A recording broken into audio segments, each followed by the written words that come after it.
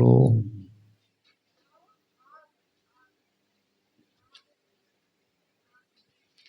మత్తయి సువార్త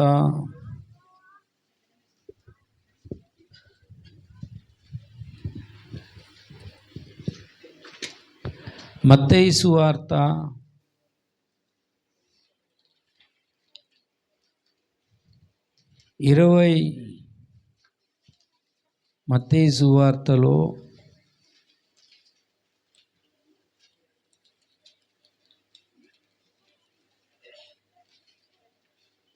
24వ అధ్యాయం 42వ వచనం.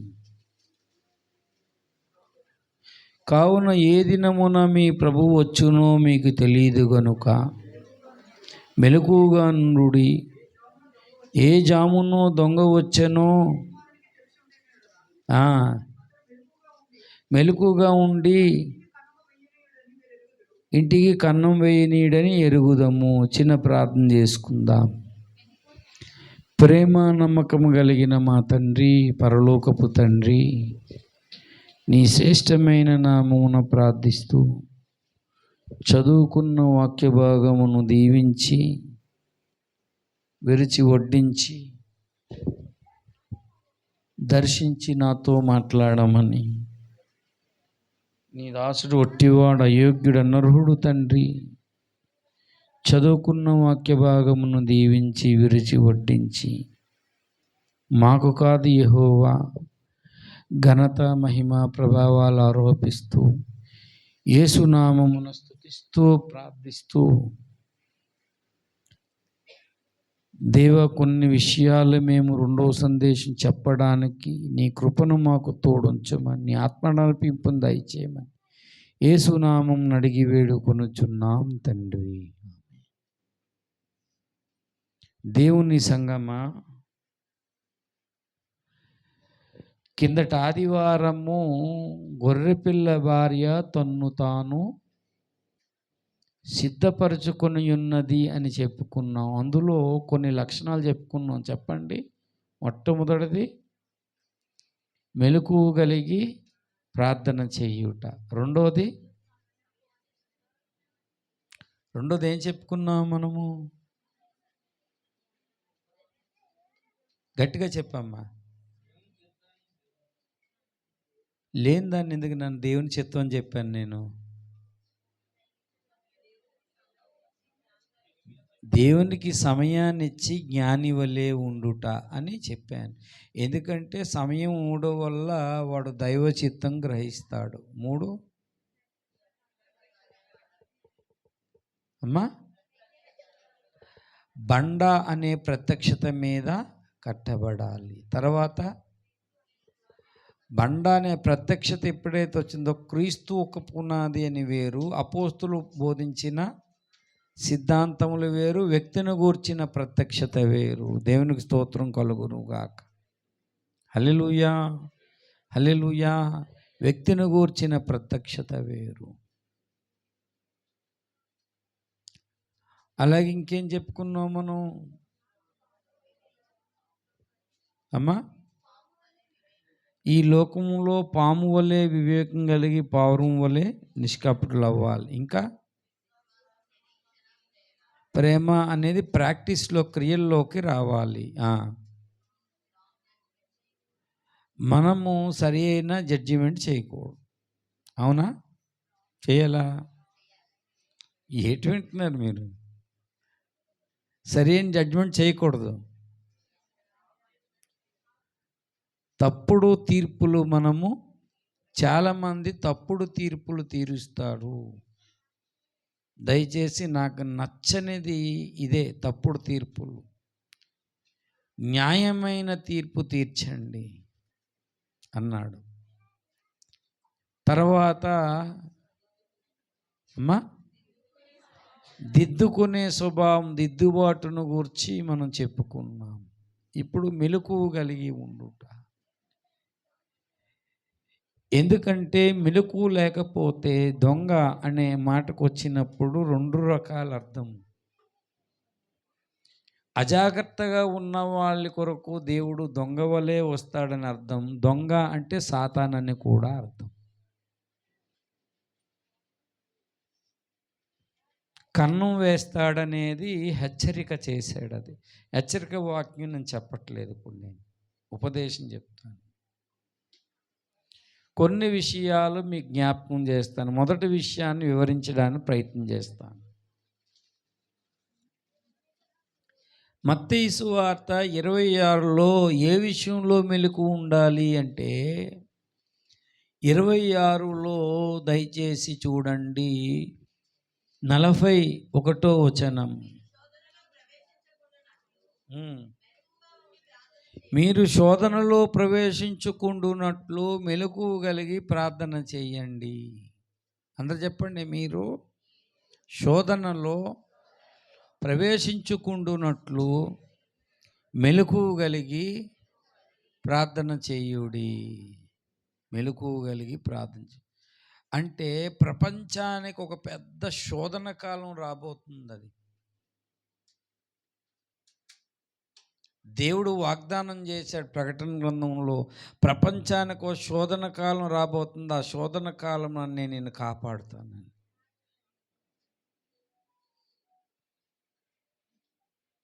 రెండోది, మనం ఇంటికి వెళ్ళిపోయిన తర్వాత దుష్టుడు శోధిస్తాడు వ్యక్తిగతంగా. నేను ఉపవాస ప్రార్థనకు రాలేదు, మీరు వస్తే బాగుంది. దావీదులో చీకటి ఎలాగ వచ్చింది అనే విషయాన్ని నిన్న మనం చెప్పుకున్నాం. చీకటి అనేది దేవుని ప్రేమించిన వాళ్ళకే వస్తుంది, ఎందుకంటే ఆ ప్రేమ నుంచి తప్పించాలని వస్తుంది. చీకటి అంటే మనం అనుకున్న చీకటి కాదు, ఒక అదృశ్యమైన శక్తి, అది సాతాను. మొట్టమొదట పాపం ఎలా ప్రవేశించింది అంటే ఒక నిత్య చీకటి ప్లస్ సైతాన్ ఈజ్ ఈక్వల్ టు పాపం. నిత్యత్వంలో పాపం అలా పుట్టింది అని మొట్టమొదట మన దైవజనుడు చెప్పాడు ఈ మాట. ఎవరు లేకపోతే తెలియదు, నిత్య చీకటికి ఉనికి పట్టు ఉందని కూడా తెలియదు చాలామందికి. కాబట్టి ప్రతి దినము మనకు రెండో రాకడలో ఎత్తబడకుండా ప్రతి దినము స్త్రీలకు ఒకలా శోధన వస్తుంది, పురుషులకు ఒకలాగా వస్తుంది, యవనస్తులకు ఒకలాగా వస్తుంది, సేవకులకు ఒకలాగా వస్తుంది. రకరకాల శోధనలు ఉంటాయి అని 3 శోధనలు మీకు చాలాసార్లు చెప్పాను. యేసు ప్రభువుకు వచ్చినవన్నీ ఆ 3 రకాలు రోజు వస్తాయి. ఎన్నో సంవత్సరాల నుంచి పెదవాళ్ళ చర్చికి వెళ్తున్నాం, దేవుడి వాగ్దానాలు ఏమయ్యాయి? అది శోధన.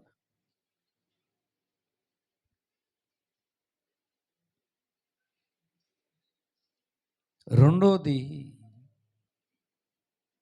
ఈ రాళ్ళను రొట్టెలుగా చేసుకోమన్న శోధన. అంటే అర్థం ఏంటి అంటే నీకు ఏదైతే అవసరమో అది అవకాశం కల్పిస్తాడు సైతాన్ గాడు.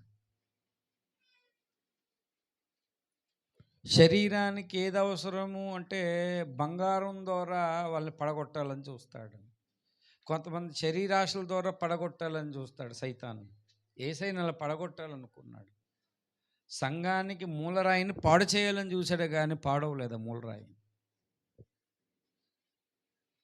మూడవది, దేవుణ్ణి శోధించాలని చేస్తాడు. ఈ 3 జరుగుతుంది. ఆఖరి శోధన ఏంటో తెలుసా? చాలా ఇంకా శోధనలు ఉంటాయి మధ్యలో.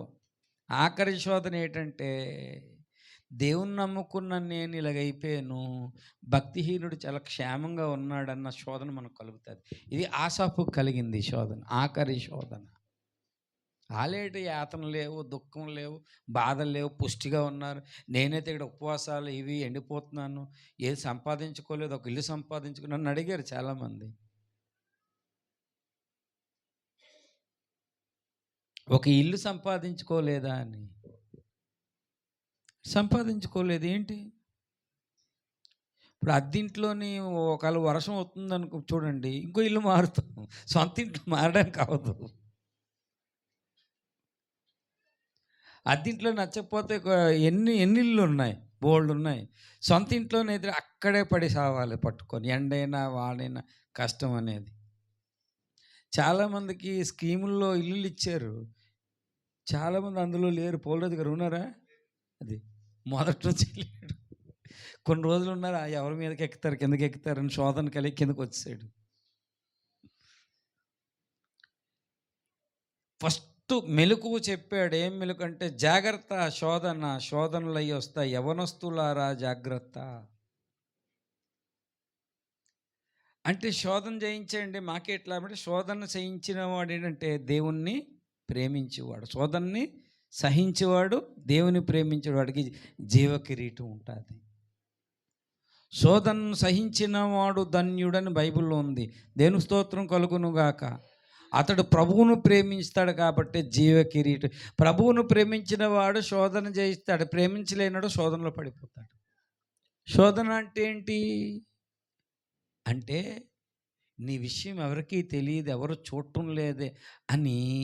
చూడండి, నీ విషయం ఎవరికీ తెలియదు, ఎవరు చూడటం లేదని ఒక చీకటి శక్తి నిన్ను ప్రేరేపించడమే శోధన. ఏ వ్యక్తి అయినా పాపం ఎవరు చూడట్లేదు, నన్ను ఎవరికి తెలియదంటే ఏ వ్యక్తి అయినా ఏం చేస్తాడు, అది వచ్చేలాగా ప్రేరేపిస్తుంది ఆ శోధన. జాగ్రత్త. అది నువ్వు జయించకపోయేవా, నీలో ఉన్న దేవత్వం దొంగలిస్తాడు, నీలో ఉన్న సమర్పణ దొంగవాడు, దొంగతనాన్ని నాశనానికి వచ్చాడు. ప్రతిరోజు నీ ప్రార్థన అంశం కావాలి. ఇదేంటే, ప్రభువా నేను శోధనలో ప్రవేశించుకుంటున్నట్లు నాకు మెలకువ దయచే ప్రభువా, నిలకడ దయచే ప్రభువా అనే దేవుణ్ణి అడగాలి. దేవునికి స్తోత్రం కలుగును గాక. రెండో విషయము, ఏ విషయంలో మెలకువ ఉండాలి అంటే, దీన్నే ఇదే శోధన కోసమే హెచ్చరించాడు పేతురు. 1 పేతురు 5:8. నిన్ను శోధించేవాడు 5. ఈ వాక్యానికి ఆ వాక్యం కరెక్ట్ అనమాట. 1 పేతురు 5:8. నిబ్బరమైన బుద్ధి గలవారై మెలకువగా ఉండుడి.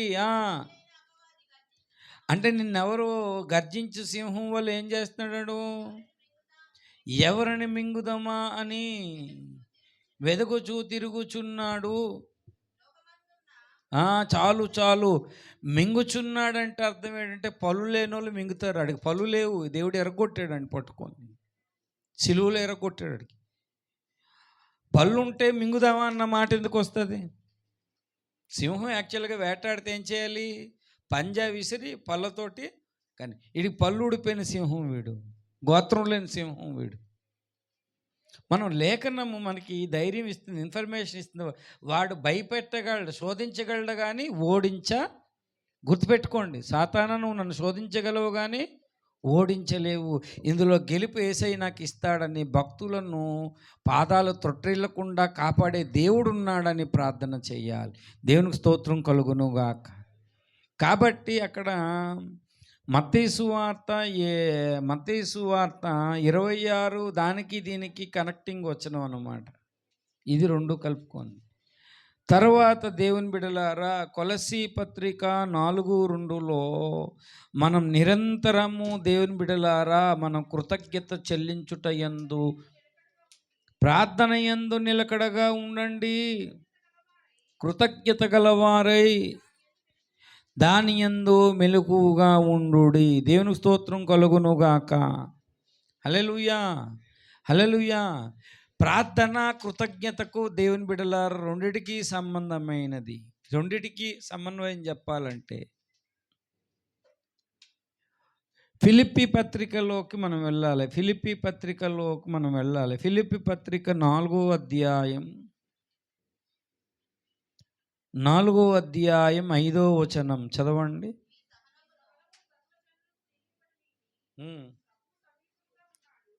దేనిని గూర్చి చింతింపకుడి కానీ ప్రార్థన విజ్ఞాపనల చేత. అంటే అర్థం ఏంటి అంటే, ఒక పెళ్లి సంబంధం చూసామండి మనం. నువ్వు ఎంత కృతజ్ఞతలు, ప్రభువా నువ్వు పెళ్ళిని అద్భుతంగా చేస్తున్నావు, ఆశ్చర్యకరంగా చేస్తున్నావు అని ముందుగానే కృతజ్ఞత చెల్లిస్తూ ప్రార్థన చేయడం అనేది దేవునికి కావాలి. ప్రార్థనలో నిలకడ, కృతజ్ఞతా స్థితిలో మెలకువ. దేవునికి స్తోత్రం కలుగునుగాక. హల్లెలూయా, హల్లెలూయా. ఈనాడు చాలామంది దేవుని అలా చేసుకోగలగాలి. రాబోతున్న ఆశీర్వాదాలను ముందుగాను కొన్ని ప్రార్థనలు చేశాను నేను, ఉపవాస ప్రార్థన, అది దేవుడు ఇచ్చాడని మనం నమ్మాలి. ముందుగానే ఏం చేయాలి, ఇచ్చినందుకు కృతజ్ఞత చెల్లించాలి. అంటే ప్రార్థనలో ఏముండాలి, నిలకడ ఉండాలి. నీకు జీవితం నచ్చితే ప్రార్థనకు వచ్చి, నచ్చపోతే మానేస్తే అది నిలకడ ఎలాగవుతుంది? ప్రార్థనలో నిలకడగలిగిన వాడే దేవునికి ఏం చేయగలడు? కృతజ్ఞతాస్థుతులు చెల్లించట్లో. ఇటు మెలకువ రెండు ఉండాలి. నిలకడగా ఉండాలి, కృతజ్ఞతాస్థుతులు చెల్లించుటలో మెలకువ కలిగి ఉండాలి. దేవునికి స్తోత్రం కలుగునుగాక. దీని రెండింటినీ సమన్వయం చెప్పే వచనం అది ఫిలిప్పీ పత్రిక. మీరు దేనిని గూర్చి చింతించకండి, మీ చింత యావత్తు ఆయన మీద వేయండి. మీకు ఏది కావాలో దేవుని తెలుసు కాబట్టి అది నీవేదైతే పొంది ఉన్నావని విశ్వసించి ప్రార్థన చేయండి. దేవునికి స్తోత్రం కలుగునుగాక. హల్లెలూయా. అది ఏదైనా కానీ, సొంత ఇల్లు లేదనుకుంటున్నావు, నువ్వు సొంత ఇల్లు లేదని నువ్వు బాధపడుతున్నావు. నేను ఇన్ని సంవత్సరాలు కష్టపడ్డాము, పెదవాల్టర్లో సొంత ఇల్లు లేదు అని పెదవాల్టర్కి వచ్చిన సొంత ఇల్లు లేకపోయినా పర్వాలేదు, దేవుడు ఇస్తాడన్న నిరీక్షణ ఉంచాలి. లేదా ఆ పరలోకంలోనైనా నాకు సొంత ఇల్లు ఉంటుందని నా విశ్వాసం అది. అందుకే ఈ భూమి మీద నేను ప్రయాసపడలేదు. పౌలరాజు గారు అంత చెప్పారు, పెదవాల్టర్లో ఉన్నాడు, మీరు 10,000 కట్టండి మీకు ఇల్లు వస్తుందని చెప్పారు లేదా? పట్టించుకోలేదు. నేను అక్కడికి ఎవరు వస్తారండి, సేవ ఎక్కడ ఉంది, ఇవ్వాలని దేవుడు ఎక్కడే ఇవ్వాలని సరే అని అసలు మైండ్ పెట్టలేదు. అప్పట్లో ఎంతమంది అడిగారు, మీరు 10,000 కాకపోయినా సరే ఇది కొన్ని లక్షలు కొంత అమౌంట్ కట్టండి అని ఆఫర్ కూడా నాకు వచ్చింది. దానిలో మైండ్ పెట్టలేదు. దేవుని మీద నమ్మకంతో ముందుకు వెళ్ళిపోయాను. ఏమంటే నాకు ప్రత్యక్షతలు కావాలి, దేవుని జ్ఞానం కావాలి, దేవుని మర్మాలను ప్రజలకు తెలియజేయాలి, నా ప్రవచన సేవ నేను చేయాలని చెప్పి దేవుని అడిగాను. నీకు ప్రజలను, దారి తప్పుతున్న ప్రజలను సరైన త్రోవలో ప్రభువా నేను నడవాలి, ప్రజలను పెట్టాలి అని. కాబట్టి దేవుని సంగమా, ఆ విషయంలో మనం చాలా కృతజ్ఞత చెల్లించుటలో నువ్వేది, నీ హృదయం ఏదైతే నిండునో, మంచి విషయాలు లోపల ఉంటే మంచి నువ్వు మాట్లాడతావు. రెండో విషయము మెలకువగలిగి ఉండవు. మొదటి విషయం ఏం చెప్పుకున్నావు? శోధనలో ప్రవేశించుకుంటున్నట్టు. ఎవరు శోధిస్తాడు? గర్జించు సింహం వల్ల కూడా తిరుగుతున్నాడు, వాడు శోధిస్తాడు, శోధకుడు. కాబట్టి రెండో విషయము, దేవునికి ప్రతిదీ మేము పొంది ఉన్నామని ఏదైతే ప్రార్థిస్తున్నామో కృతజ్ఞత ముందుగానే మనం ఏం చేయాలి? చెల్లించాలి. వ్యాపారంలో సక్సెస్ కావాలి, ఉద్యోగంలో సక్సెస్ కావాలి, మ్యారేజ్లు అవ్వాలి. మనుషులు పెద్ద కోరికలు ఏమున్నాయండి? తినడానికి తిండి, ఉండడానికి ఇల్లు, కట్టుకోవడానికి ఇవన్నీ జనులకు కూడా ఇస్తున్నాడు దేవుడు, ఇవ్వడా మనకి? ఇంకా అంతకు మించి ఏదో మనల్ని కృతజ్ఞత కలిగి ఉండమని చెప్పాడు. దేవునికి స్తోత్రం కలుగునుగాక. హల్లెలూయా, హల్లెలూయా. అలాగే మూడో విషయము, ఈ కొలస్సీ పత్రిక 4:2లో చెప్పినట్లు కృతజ్ఞతాస్తుతులు చెల్లించటంలో మెలకువ కలిగి ఉండండి అని. దీనినే మొదటి తెస్సలోనిక 5:16 ఏం చెప్పాడో చూడండి. ప్రతి విషయంలో కృతజ్ఞతాస్తుతులు చెల్లించుడి, ఇలాగు చేయుట యేసుక్రీస్తునందు దేవుని చిన్న. ప్రతి విషయంలో కూడా మనం కృతజ్ఞత చెల్లించడం నేర్చుకోవాలి. దేవునికి స్తోత్రం. ఒక నష్టం కలిగింది, దేవునికి స్తోత్రం. కష్టం కలిగింది, దేవునికి స్తోత్రం. బాధ కలిగింది, దేవునికి స్తోత్రం. ఇది ఎందుకోసం వచ్చింది, ఏ క్షేమం కొరకు వచ్చిందో ప్రతి విషయంలో చెప్పండి. ప్రతి విషయంలో కృతజ్ఞత గలవారయ్యుండు, ఇలా దేవుని చిత్తం. ప్రతి విషయంలో నష్టం వచ్చిన, ఇప్పుడు యోబు ఉన్నాడు, తన పిల్లల్ని దేవుడు తీసుకుంటే ఇది యెహోవా ఇచ్చాను అని దేవుని స్తుతించాడు యోబు. దేవునికి స్తోత్రం కలుగునుగాక. ఒకసారి నేను ఒక కూడికి వెళ్ళాను. నేను ఆ కూడికి ఏంటి తెలుసా? ఎందుకు కూడికి పెట్టుకుంటే, మా అమ్మాయి 10th క్లాస్ ఫెయిల్ అయిపోయింది, అందుకు కూడికి పెట్టాను అంటున్నాడు అతను. అలా కూడా పెట్టుకుంటారా నాకు డౌటు. ఏమిటండి, దేవుణ్ణి బాగున్నప్పుడే స్తుతిస్తామా? పోన్లే, ఫెయిల్ అయిపోతే వెంటనే పెళ్లి చేసేయచ్చు, పాస్ అయితే ఎక్కడికో వెళ్ళాలి, ఎన్ని శోధనలని ప్రార్థన పెట్టించుకున్నాడు అతను.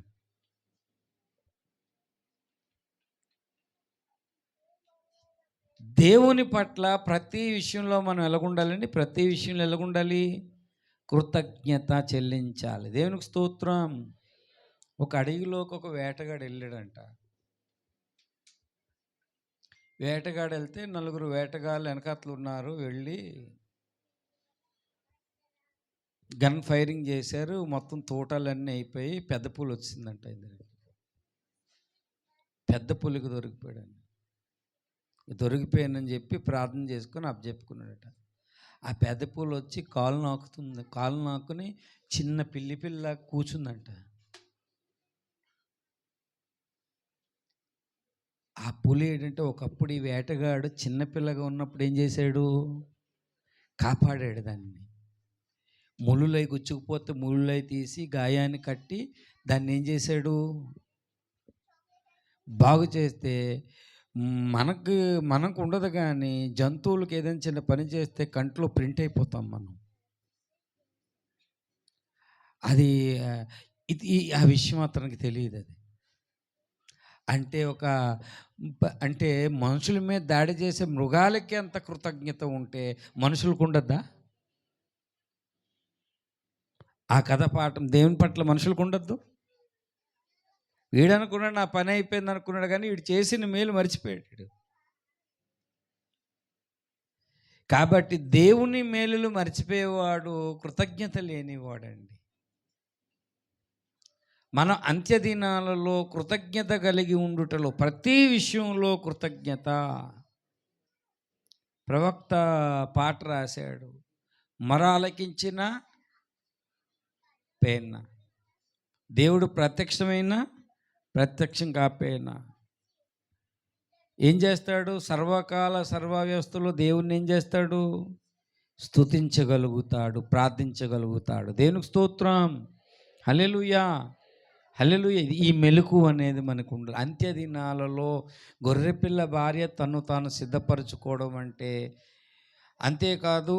ఇంకా చూడండి దయచేసి, ఏమని ఉందంటే ఎఫెసీలకు రాసిన పత్రిక 6వ అధ్యాయం. మనందరికీ ఇది తెలుసు, కర్మేల్లో ఎన్నోసార్లు చెప్పుకున్నాం.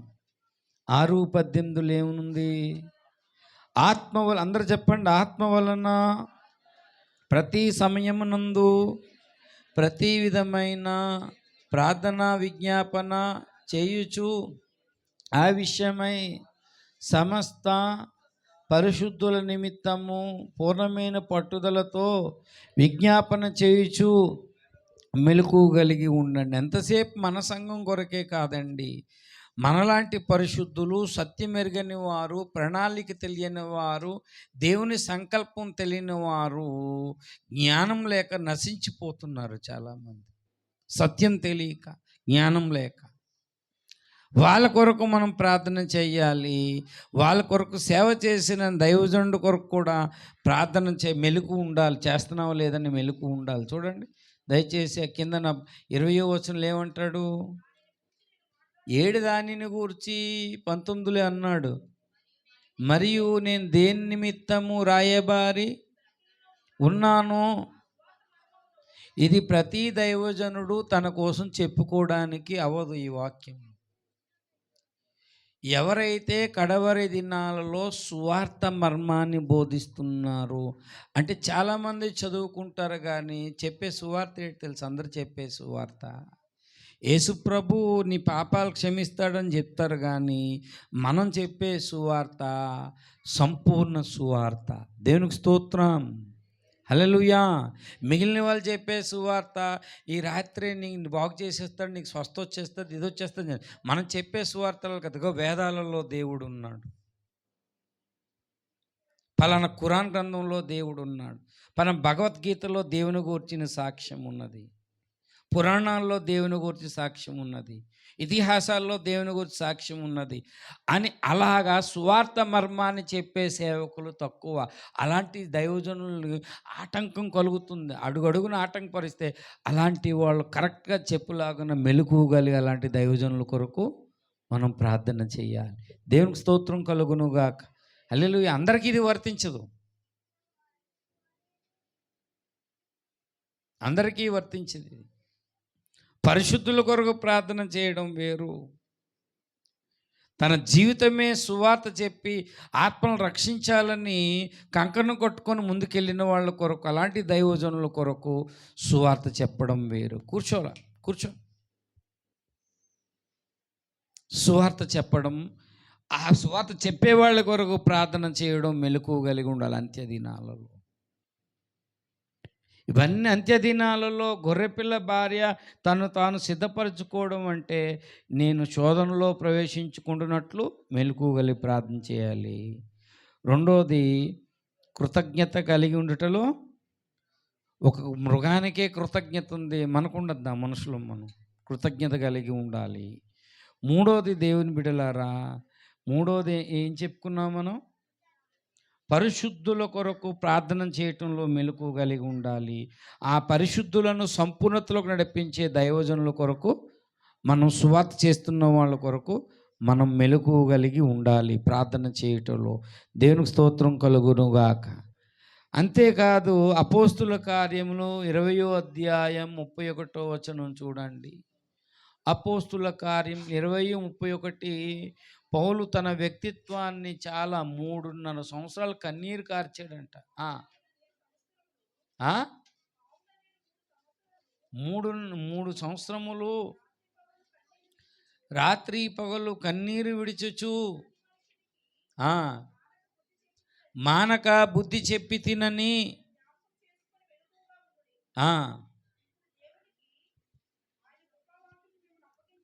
అప్పగించుచున్నాను. ఏమన్నాడు? కావున నేను 3 సంవత్సరములు రాత్రింబవలు కన్నీరు విడిచుచు. జ్ఞాపకం చేసుకోండి ఎందుకు మెలకువ కలిగి ఉన్నామన్నాడంటే 29లో చెప్పాడు. ఏమన్నాడు? నేను వెళ్ళిపోయిన తర్వాత క్రూరమైన తోడేళ్ళ మీలో ప్రవేశింతురని నాకు తెలియను, మందను కనికరింపరు, వంకర మాటలు పలికే మనుషులు ఉంటారు, జాగ్రత్త, మెలకువ కలిగి ఉండండి. పౌలు బోధకు భిన్నమైన మాటలు మాట్లాడతారు. పౌలు బోధకు భిన్నమైన, అలాంటి వాళ్ళతో చాలా జాగ్రత్తగా ఉండు. మెలకువ అంటే ఇలా జాగ్రత్త కలిగి ఉండు, ఒక స్పృహ కలిగి ఉండు. మామూలు కాదు, క్రూరమైన తోడేళ్ళు. సమాజములో క్రూరముగా చెప్తారు, వాళ్ళే క్రూరమైన బోధలు చేస్తారు పట్టుకొని. ఇది వాక్యం చెప్పడం రాక చూడండి, పోనీ యేసుప్రభు కోసం తెర మీద వేసంటే తెర మీద సైన్స్ అని చెప్పి మూఢనమ్మకాలను ప్రజలు తెలియజేసి, సైన్స్ ఏదో సువార్త చెప్పినట్టు సైన్స్ అంతా ఒకటిది, అంత నాన్ సెన్స్, అంత సైన్స్ కాదు. మంచి సైన్స్ ఇందులో ఉందండి. జెన్జీ ఆల్ఫా సంబంధించిన సందేశం మన దగ్గర ఓఫర్ మినిస్ట్రీస్లో ఉంది. దేవునికి స్తోత్రం కలుగునుగాక. హల్లెలూయా, హల్లెలూయా. ఇప్పుడున్న తరానికి కూడా అలాంటి వాళ్ళు ఇస్తే ప్రశ్నలకు సమాధానం ఉంది మన దగ్గర. అంత లిటరేచర్ ఓఫర్ మినిస్ట్రీస్. మన మాటలకు వేరే మాటలు చెప్పి, వంకర మాటలు చెప్పి శిష్యులను కొంతమందిని తీసుకెళ్ళని చూడు, బయటికి వెళ్ళి వాళ్ళని చూడండి, సువార్త చేసి రక్షించారు వాళ్ళు. క్రైస్తవులు ఉన్నవారు మీకు తెలుసా, జన్మ పాపం లేదని చెప్తారు. వంకర మాటలు అవి. పరిశుద్ధాత్మ వరాలు లేవు. ప్రస్తుతమే జరుగుతుందేంటి? 1000 ఏండ్ల పరిపాలన. 1000 ఏండ్ల పరిపాలన అని చెప్పి జూ దగ్గర రా, సింహం కరుస్తతలు చేయటంటే రాడు, మళ్ళీ యథార్థత లేనివాడు. మళ్ళీ వాళ్ళందరికీ మేము చెప్పాం, రా జూ దగ్గరికి వెళ్దాం, కుర్రత్వం పోవాలి. అంతవరకు ఎందుకండి? ఆయన రెండో రాకడలో ఆయన నీతి ఏముంటుందండి? నివసిస్తుంది. నీతి న్యాయము నివసిస్తుంది రెండో రాకడలో. మరి ఆడపిల్లలు రేప్ చేస్తున్నా, మరి నీతి న్యాయం ఎక్కడుంది? మరి ఇది రెండో రాకడని ఎలా చెప్పగలరు? 1000 ఏండ్ల పరిపాలనని. దేవుని రాజ్యంలోని నీతి పరిశుద్ధాత్మ యందలి ఆనందమునై ఉన్నదని మరి జరగట్లేదు ఈ రోజుల్లోని.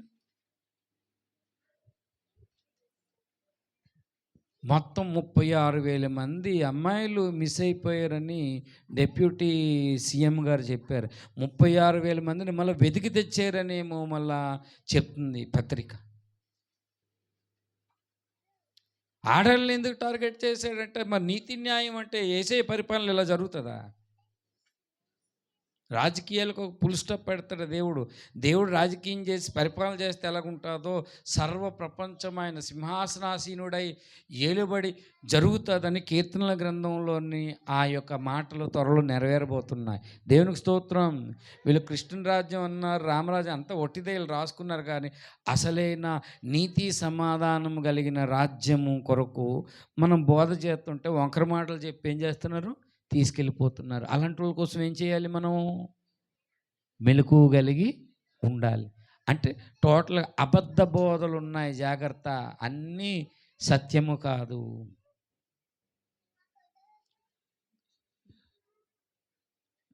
నెక్స్ట్ దేవుని బిడలారా చూడండి, మొదటి తెస్సలోనికలకు రాసిన పత్రిక లేక ప్రకటన గ్రంథం 16వ అధ్యాయము 16వ వచనం. ప్రకటన గ్రంథం 16:16. ఇగో నేను దొంగవలే వచ్చుచున్నాను.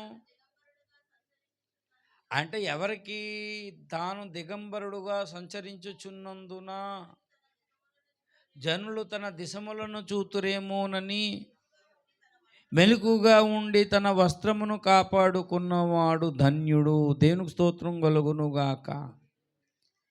అంటే మనందరికీ తెలుసు, మత్తయి సువార్త 22:11-12 ఒక ఉపమానం చెప్పాడు.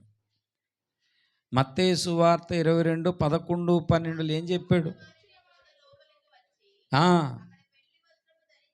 పెండ్లి వస్త్రము అనే మాట అన్నాడు. వస్త్రం అంటే ఇక్కడ అర్థం ఏంటంటే రక్షణ అని అర్థం. రక్షణ పొందని వాడు ఆ పెండ్లికి రాడని ఉపమానం చెప్పాడు. ఇదంతా ఈ ప్రకటన గ్రంథం 16లోని మనం ధ్యానం చేయగలిగితే ఈ 11వ వచనములో అక్కడ మనకి అర్థం చెప్తాడు. దేవుడు శిక్షలు పంపిస్తాడు. 8, 9, 10 శిక్షలు ఉంటాయి. 5వ దూత తన పాత్రను 10వ వచనం, క్రూరముఖం సింహాసనం మీద కుమ్మరింపగా చీకటి కమ్మెను. మనుషులకు కూడా వేదన కలిగిన వేదన బట్టి నాలుకను కరుచుకున్నారే తప్ప వేదన బట్టి పుండ్లను బట్టి దేవుని దూషించారు కానీ మారు మనసు పొందిన వాళ్ళు కాదు.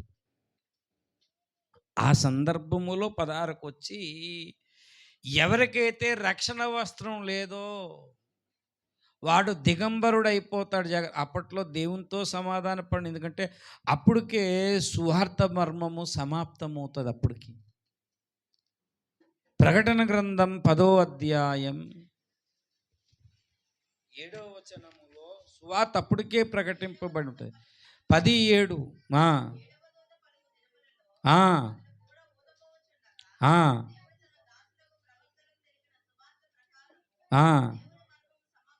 సమాప్తమగునని అంటే సువార్త అంతా కంప్లీట్గా ప్రకటింపబడి ఉంటుంది. కానీ కొంతమంది రక్షణ పొందని వారంటే ఇంకా వస్త్రాన్ని తొడగనే ఉంటుంది. జాగ్రత్త, వచ్చినప్పుడు దిగంబరులు అంటే ఎంత ఉపమానం. ప్రకటన గ్రంథం అంటే ఉపమాన భాషలో చెప్పాడు. జాగ్రత్త, దిగంబరత్వం చూస్తే ఎంత సిగ్గో, రెండో రాకడలో నువ్వు సిగ్గుపడతావు రక్షణ పోగొట్టుకుంటే. అప్పుడున్న ప్రజల కొరకు, సువార్త సమాప్తమైన కొరకు, దేవుని కొరకు శ్రమపడుతున్న వారి కొరకు ఈ మాట చెప్పారు. కొంతమంది రక్షణ పోగొట్టుకుంటారు శ్రమల్లో. కొంతమంది ఏమో వస్త్రాన్ని కాపాడుకున్నట్టు. అంటే మనకు ఉపమానంలోని వస్త్రం లేకుండా ఎలాగొచ్చాడు మీద, కానీ ఉపమానంలో అలా చెప్పాడు దేవుడు. రక్షణ లేనివాడు పరలోకానికి రాడని చెప్పడానికి ఉపమానంలో మాట చెప్పాడు. రక్షణ అనే వస్త్రాన్ని మైలు పడకుండా జాగ్రత్తగా కాపాడుకోవాలి. రక్షణ జీవితంలో మనము మైలు పడకుండా కాపాడుకున్నవాడు ధన్యుడు, ధన్యుడు. దేవునికి స్తోత్రం కలుగునుగాక. ఈ విషయంలో రక్షణ జీవితంలో ఎక్కడైనా మైలు పడుతుందా, వస్త్రం మురుకవుతుందా? ఒకవేళ మురుకైతే అవకాశం ఇచ్చాడు. గొర్రెపిల్ల రక్తములో తమ వస్త్రములను ఉతుక్కొని ఎప్పటికప్పుడు తెలుపు చేసుకున్నవాడు కూడా ధన్యుడే. దేవునికి స్తోత్రం కలుగునుగాక. హల్లెలూయా. కాబట్టి దేవుని బిడలారా, ఆఖరిగా ఒక మాట చెప్పి నేను ముగిస్తాను. ఆఖరిగా దేవుని బిడ్డలారా దయచేసి గమనించండి. మొదటి పేతురు పత్రిక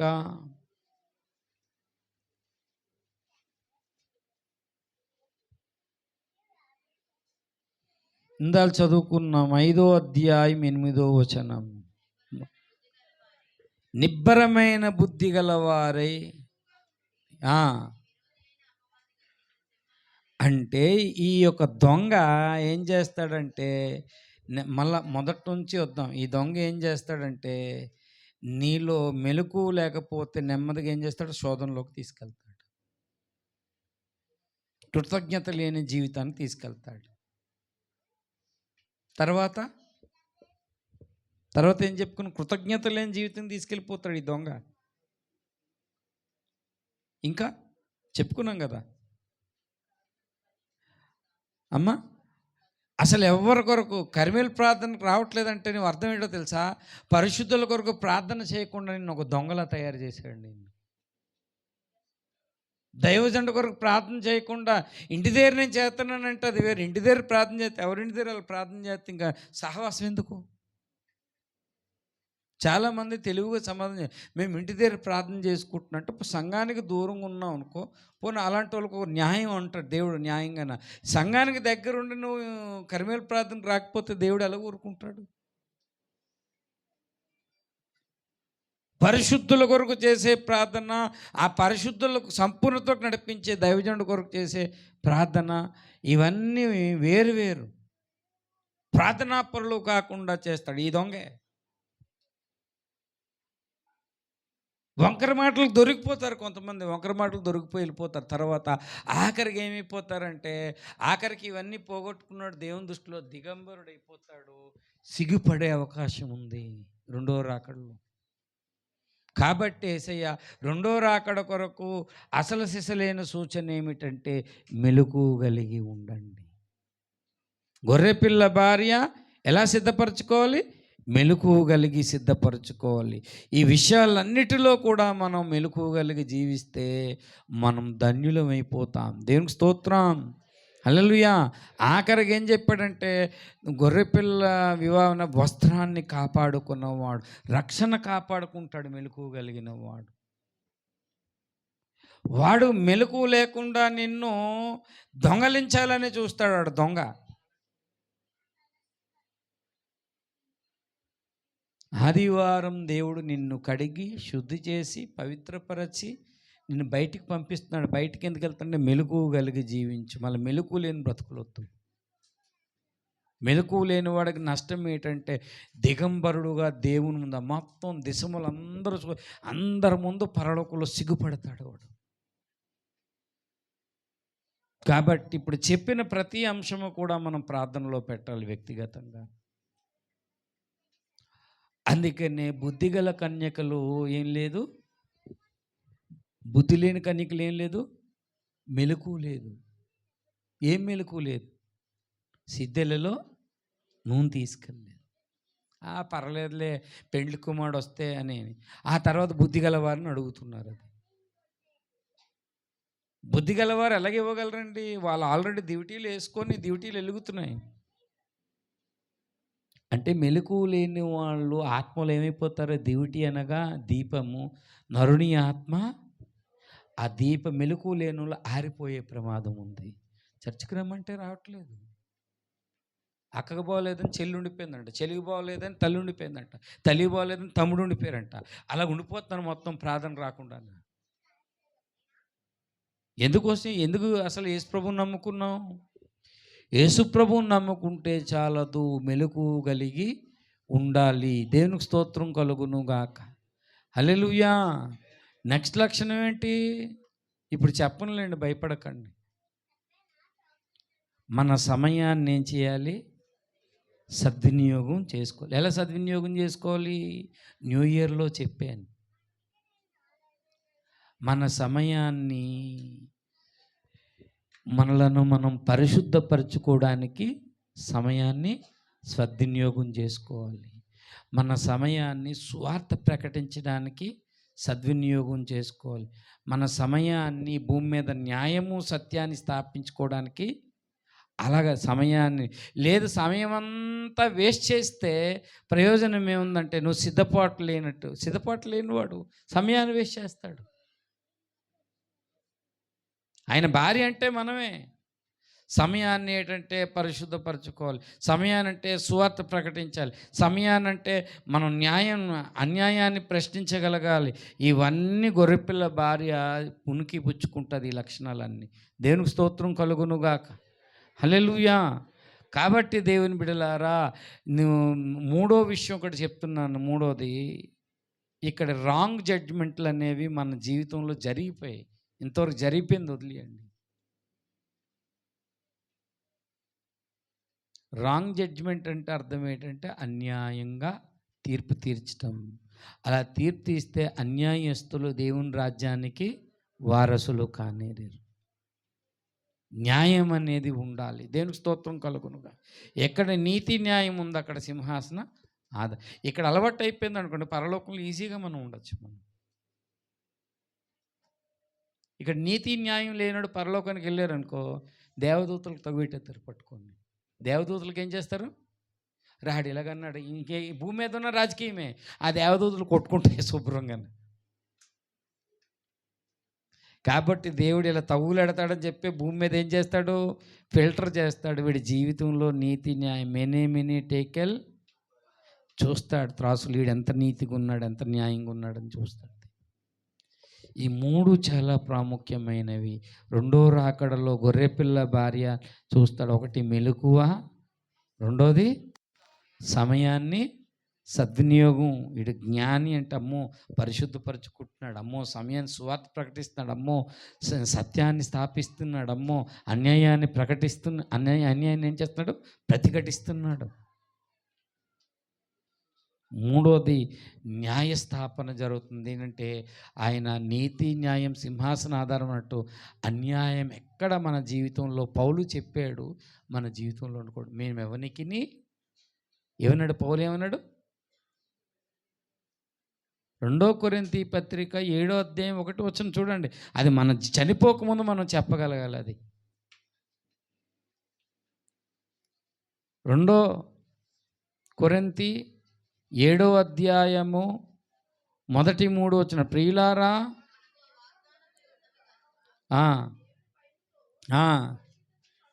చేసుకొంచు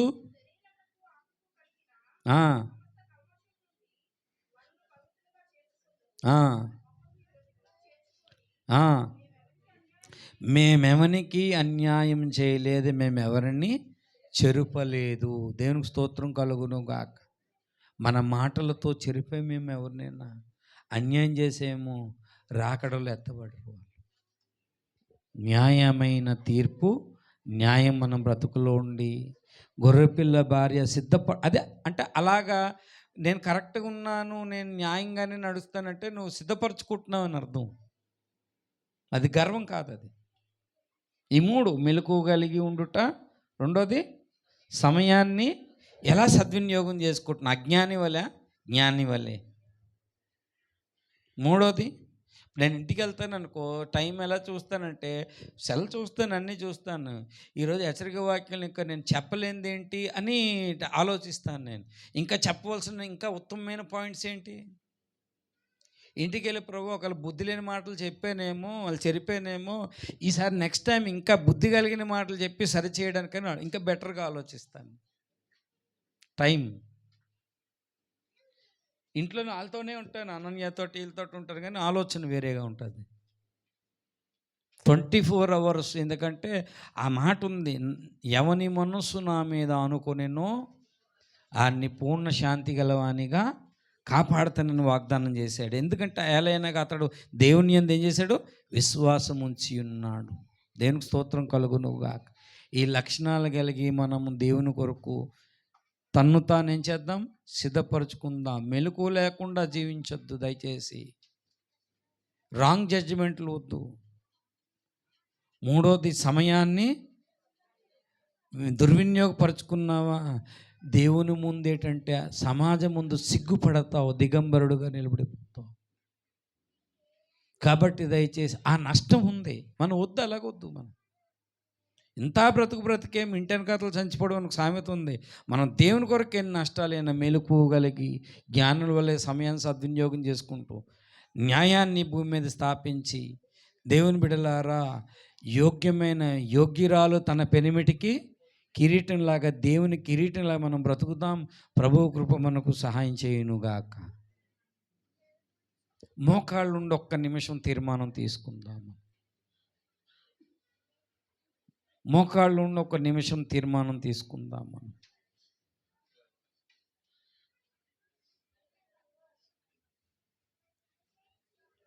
అపోస్తలులు శిష్యులు